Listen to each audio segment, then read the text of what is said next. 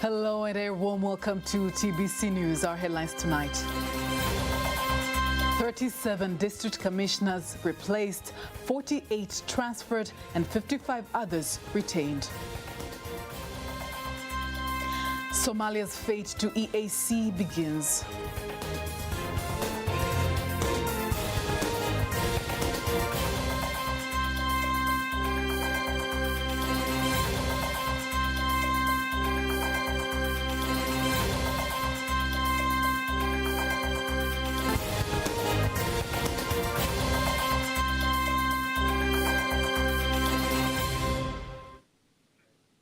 Good evening, I'm Faida Ngaga. You can also follow us live via our YouTube channel, TBC Online. Also, get all the latest news through our Instagram, Facebook and Twitter pages at TBC Online.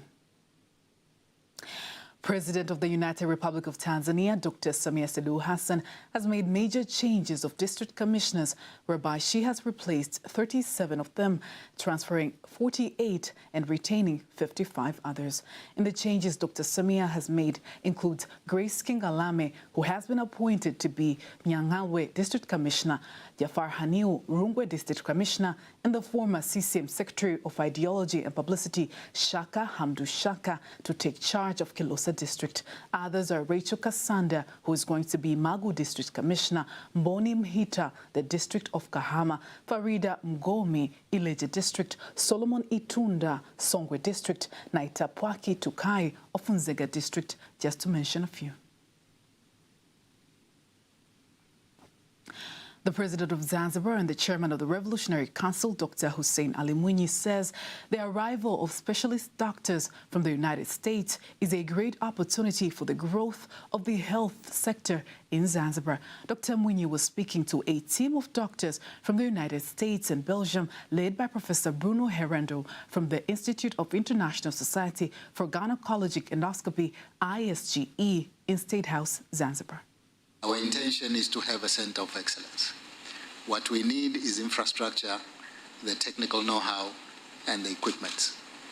Now that we are about to have the infrastructure, and the fact that you are here to give us the technical know-how, I'm not worried at all about the cost of the equipment. This is well within our reach.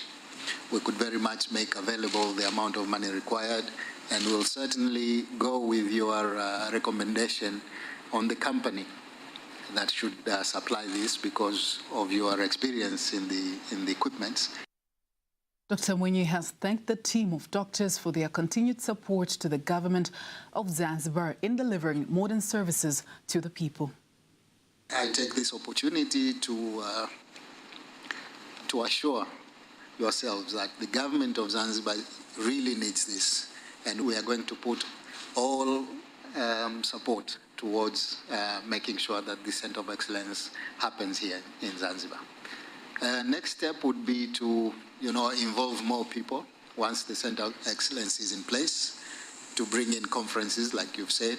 Would love to do that, because for Zanzibar, that is two advantages. One is the fact that we'll have this good number of people who are here to share experiences, but for us, it's also medical tourism.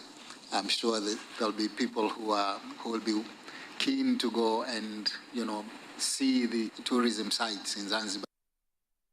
Speaking at the meeting, the doctors from the United States and Belgium have thanked the revolutionary government of Zanzibar and the Ministry of Health for giving enough cooperation throughout the visit. In surgery is that in endoscopic surgery that the primary investment actually is quite important. But if you look at the long end and the macroeconomic thing, then of course if you can bring the patients back to work or back into the family, the long-term, let's say, benefits of this kind of surgery are very important. In July last year, 2022, after the coming of Dr. Mark and Mr. Mike, we had a great opportunity of being taught the baby step on how to do laparoscopy. We did diagnostic and simple gynecological laparoscopic procedures.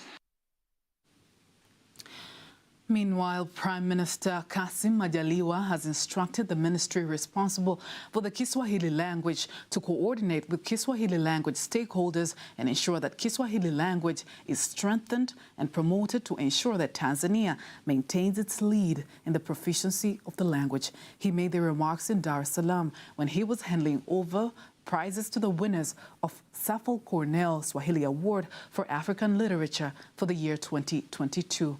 Rehema Sababili has more details. The Safali Cornell Kiswahili Prize for African Literature was founded in 2014 to recognize writing in African languages and encourage translation from between and into African languages. While handing over the award to the winner of literary works, Prime Minister Kassim Majaliwa has called for the Kiswahili language stakeholders and the ministry to come up with a strategy to promote Kiswahili abroad. You need to unite all Swahili language stakeholders so they can come up with a strategy on how they will cooperate on the strategies to make Kiswahili a product worldwide. I advise the Ministry of Culture, Arts and Sports to establish the awards for Kiswahili artworks, as the stakeholders stated it earlier. Nayo pia ichukuliwe. Wizara yangu tayari tumekwisha fanya mawasiliano na mkurugenzi mkuu wa UNESCO. Honorable Prime Minister, we have discussed with the Director General of UNESCO and we expect to hold a meeting in France to see how they can support us on construction of the Kiswahili University in our country, since we already have 100 acres in Bagamoyo district. For their part, the sponsors of the award have promised to continue funding the awards, while the stakeholders of the Kiswahili language point out that the awards will help to bring the African continent together. For us as a group, it's very, very important and essential to give back to society. We're working on 4 different pillars. We work on education, we work on health, we work on shelter and environment. Very unfortunate today what has happened somehow, I don't know why. We know that societies and cultures were built on art, theater, literature, and so forth. We want to encourage the Ministry of Culture in Tanzania, but also in other African countries, to support the work that we're doing here. It takes more than just a prize to build a community and to educate a population in the languages in which they grow up. Mother tongue languages are the most successful ways of teaching children, and it should be encouraged across all schools and universities in Africa. The winner of the award will receive the opportunity to have their work published, and each of them will receive a cash prize of $5,000. Reporting from Dar es Salaam, Rehema Sababili, TBC News. Thank you, Rehema, for that report. Moving on, the East African Community has started the process of checking whether Federal Republic of Somalia qualifies to join the community. The Secretariat Committee is to send a team of experts to Somalia to meet with government officials to evaluate the plan and compile a report. The Secretary General of the East African Community, Dr. Peter Mathuki, says the experts' report is expected to be presented at the meeting of the Council of Ministers of the community on February 23rd and subsequently to the Conference of Heads of States on February 25th this year. The Federal Republic of Somalia walifanya application kwa Jumuiya ya Afrika Mashariki. The Federal Republic of Somalia made an application to the East African Community. The heads of these states on their 23rd conference decided that it officially starts today on 25th January 2023. We have a large delegation of experts from the 7 countries of the East African Community, and Somalia has discussed with the heads of state and experts from the Federal Republic of Somalia to see if Somalia is ready to join this community. Somalia iko tayari kujiunga na ile jumuiya. Somalia's recent request to join the East African Community was presented by the Somali President Hassan Sheikh Mahmoud during the meeting of the heads of states of the East African Community held in Arusha on July 22, 2022. Uliopita DRC ilijiunga rasmi. Last year, Democratic Republic of Congo officially joined the East African Community. Somalia's coastline is approximately 3,300 kilometers, which stands the longest on the East African continent, while the coastline of East Africa Community from DRC through Dar es Salaam, Mombasa to Somalia is a total of 6,000 kilometers. This length has various benefits such as tourism. I advise the private sector to take advantage of this opportunity, and it will contribute to the country's income as well as provide employment to the young people. Itaongeza mapato, lakini pia itatoa ajira kwa vijana wetu. The nation of Somalia is approved as a member of the East African Community. The community will have 8 member countries. The current members are Tanzania, Kenya, Uganda, Rwanda, Burundi, South Sudan, and the Democratic Republic of Congo. In other news, Ambassador of the European Union, Manfredo Fanti, says the European Union, EU, is contented with the implementation of the construction of water source as well as the Butimba water treatment facility in Mwanza, implemented by the government at a cost of 69 billion shillings.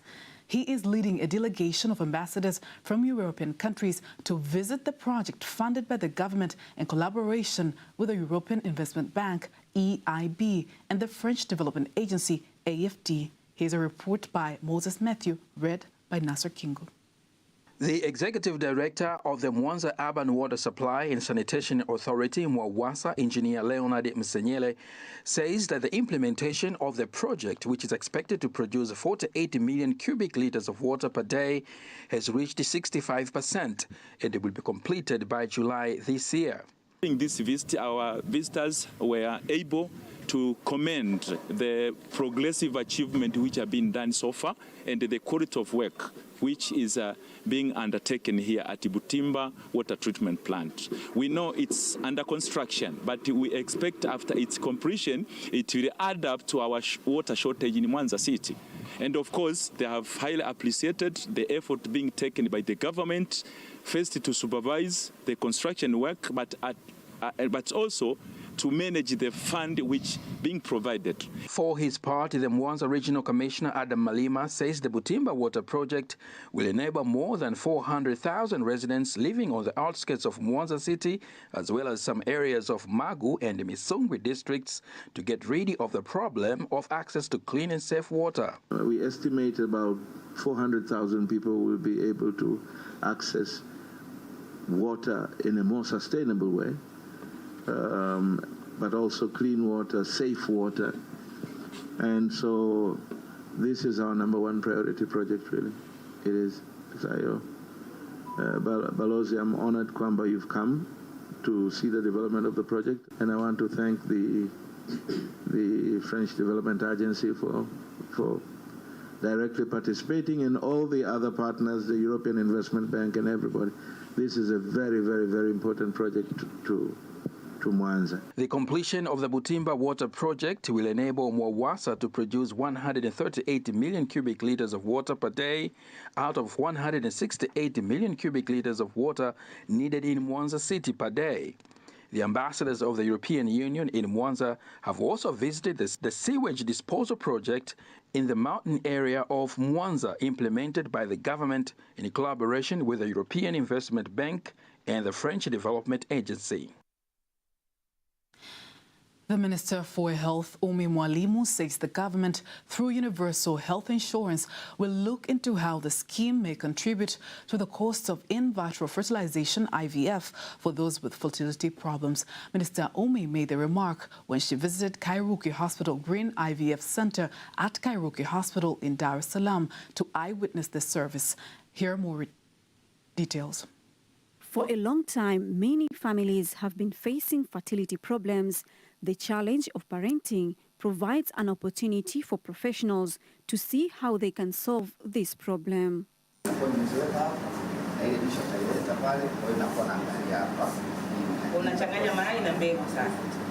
After eyewitnessing the work done by the center, the Minister for Health comments on how the government plans to reduce the costs. Some people wish to use the IVF procedure, but they fail to do so due to its expenses. as it is about 13 million shillings. We're about to discuss the Universal Health Insurance Bill at the Parliament. We might not cover all expenses. However, the government will see how the insurance can contribute on few tests such as hormones and other procedures. But Minister Umi says the cost of the service at the center here is comparatively cheaper. Kairuki Hospital has brought this service in our country that will help Tanzanians to avoid the cost of going abroad for the procedure, which is very expensive. Minister Umi also urges the center to increase awareness in the community on in vitro fertilization IVF for those with fertility problems.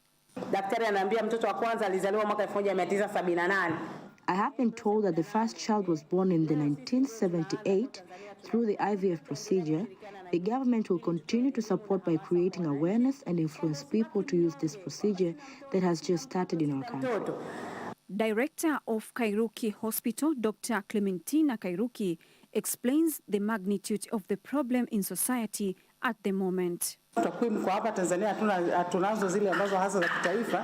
don't have the national data on how huge the problem is. However, the infertility problem has increased compared to the previous 10 years.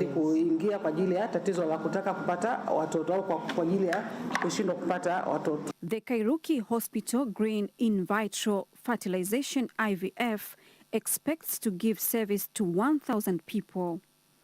Lulua Muhammad, TBC News. The Vice Chairman of Chama cha Demokrasia na Maendeleo, Chadema, Tundu Lissu, has arrived in the country. He was received by members and supporters of the party at the International Airport of Julius Nyerere in Dar es Salaam. Here's a report by Ngarai Olekimosa, read by Apasia Ringo. 2 years after running for the presidency on the ticket of the Chama cha Demokrasia na Maendeleo, Chadema, Tundu Lissu is arriving at Julius Nyerere International Airport in Dar es Salaam.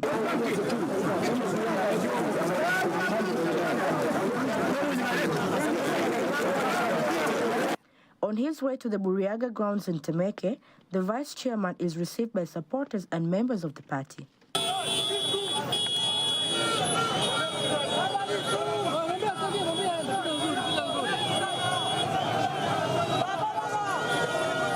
After the reception, the members of the party expressed their hopes in his arrival, saying his presence will strengthen their party. We believe that we will have unity and solidarity in the country, where the opponent is not seen as an enemy, but a friend. Civilized politics for us scholars and the young people helps us build ourselves to be national leaders in the future. Civilized politics for us scholars and young people helps us build ourselves to be national leaders in the future. The supporters praised the recent decision made by President Samia Suluhu Hassan to allow political rallies. We congratulate the President for lifting the ban. In addition, we congratulate her efforts to establish reconciliation.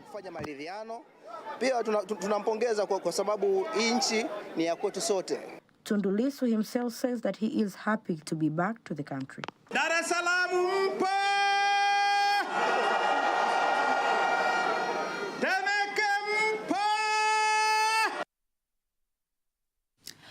In other news, the Director of National Environment Management Council, NEMC, says the use of electric vehicles and the Dar es Salaam bus rapid transit system are some of the mechanisms to reduce the challenge of environmental pollution in cities. He made the remarks while attending a conference on road transportation in African countries. Countries of Africa and Asia are at the different stages of progress in controlling vehicular pollution. All of them are working with the roadmap to improve the quality of fuel and vehicle technology and also improving public transport and mobility strategies. And this is why this convening of the Pan-African Clean Air Solution Network by the Center for Science and Environment that has brought together so many different countries of Africa in Tanzania. The director from the Center for Science and Environment in India, Namita Chaudhry, says despite the fact that air pollution in Tanzania is comparatively lower, it is better to take an early action.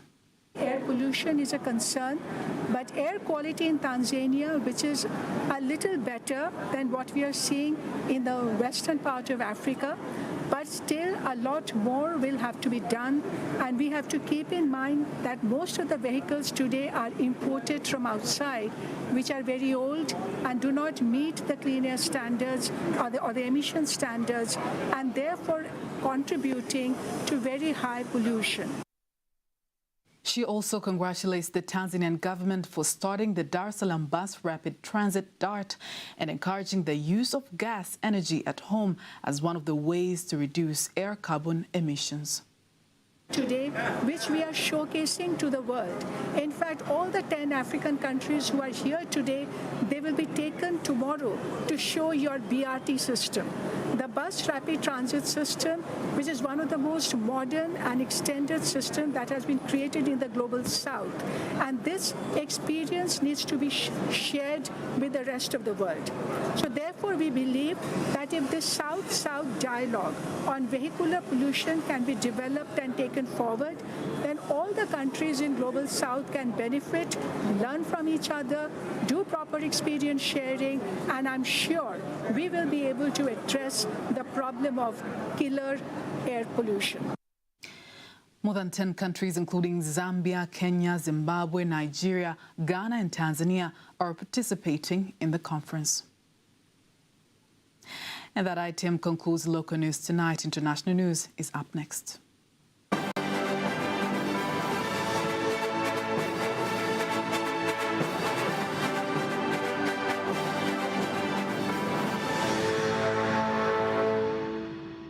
News with Apasia Ringo. Hundreds of demonstrators have taken to the streets of Johannesburg to protest a prolonged energy crisis that has caused record power cuts in South Africa. The demonstrators gathered in the center of the financial capital of Africa's most industrialized nation and marched into the headquarters of the ruling political party in South Africa, the African National Congress, ANC. Most of the demonstrators were dressed in blue, the color of the main opposition party, the Democratic Alliance, which organized the rally. Some held signs reading "Enough is enough," "Power to the people," and "Load shedding is killing jobs." A few hundred ANC supporters also gathered at the party's headquarters for a counter-demonstration. Protests were planned at other locations nationwide, including in Cape Town. Scheduled blackouts, known as load shedding, have burdened South Africa for years as the state-owned energy firm Eskom has failed to keep pace with demand and maintain its aging coal power infrastructure. Japan and South Korea are searching for 9 crew members of a cargo ship that capsized in rough weather. Japanese and South Korea media said 13 members of the crew were rescued on Wednesday after the 6,500 ton sank off the coast of Nagasaki in Japan. 5 of the crew were picked up by nearby vessels, while 8 were later rescued by the Japanese and South Korean coast guards. Japanese officials said 14 crew members on the Hong Kong-registered ship are Chinese and 8 are from Myanmar. More news from Japan reported that the ship was completely submerged when the South Korean Coast Guard arrived at the scene, and there was no immediate report on the cause to capsize of the ship. The incident happened as a cold snap hit much of Japan and South Korea, with heavy snow falling in some areas and daytime temperatures in some of the islands nearest the rescue site. The government in Zimbabwe is on construction of more than 200 housing units as part of efforts to ease accommodation challenges for the government workers in the border town. The project contractor, Mr. Ngobile Nkube, confirmed that the modern staff village will be commissioned early next month through government's partnership with Zimborder's consortium. The 200 housing units are part of the off-port projects under the $300 million border modernization project. He said the project timelines are scheduled to finish in June 2023, but by the first week of February, the project would have handed to the government. The $3,000 million Bait Bridge border modernization project, which includes the mega water reservoir, fire station, staff village, and animal quarantine center, is one of the high-impact projects undertaken by the government in Zimbabwe. That was international news. Sports news is up next.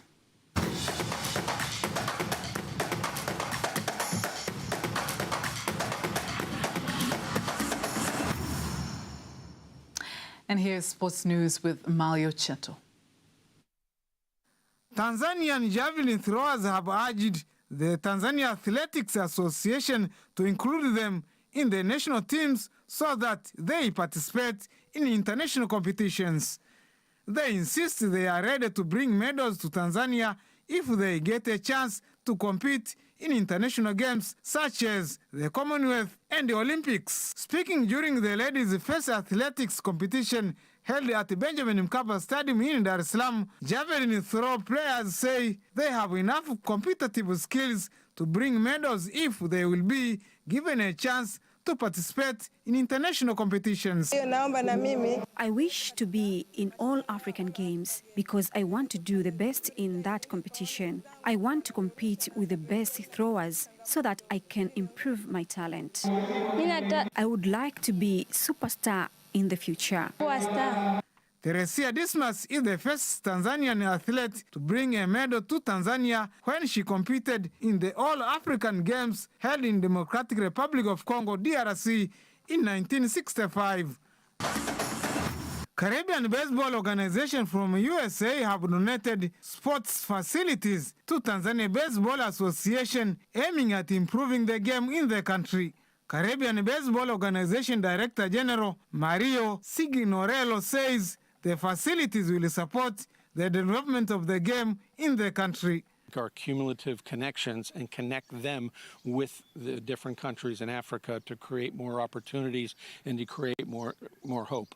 Our idea is if a kid's 5 or 6 years old, he could play baseball at T-ball at the lowest level and be able to continue playing and possibly get a scholarship or play over the summer or play. The donation of baseball sports facilities to Tanzania is a part of the Caribbean Baseball Organization initiative to improve baseball games in African countries.